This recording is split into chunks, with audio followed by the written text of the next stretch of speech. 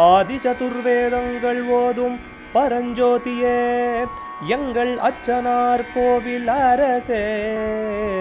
நம்புவோர்க்கு உபகாரி என்பதில் இவரன்றியில் நாட்டில் ஓர் தெய்வம் யார்கான். ஆதி சதுர்வேதங்கள் ஓதும் பரஞ்சோதியே எங்கள் அச்சனார் கோவில் அரசே. சுவாமியே சரணமையப்பா. அச்சங்கோவில் அரசே சரணமையப்பா.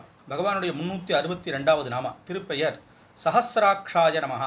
1000 கண்களை உடையவனுக்கு நமஸ்காரம். சஹஸ்ர 1000, அக்ஷ கண்களை உடையவன். 1000 கண்கள் என்பதை ஆயிரக்கணக்கான கண்கள் உடையவன் அர்த்தம் பண்ணிக்கணும்.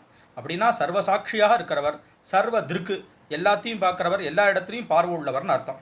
1000 கண் ஐயனார் அப்படின்னு இரட்டவியல் கிராமத்தில் சேதுபாபா சத்திரம் வட்டம், தஞ்சை மாவட்டம் பேராவூரணிக்கு அருகில் கோயில் கொண்டிருக்கார். ஸ்ரீ பூர்ணா புஷ்கலாவோட ஜட்டாதாரியாக பரிவார தெய்வங்களுடன் அருள்வாளிக்கிறார்.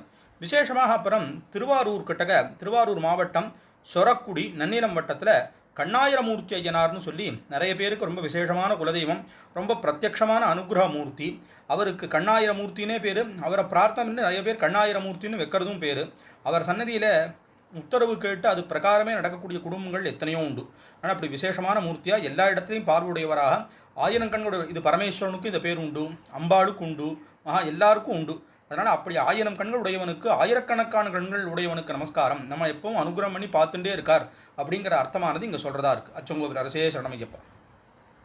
அச்சனார் கோவில் அரசே. சுவாமியே சரணமையப்பா.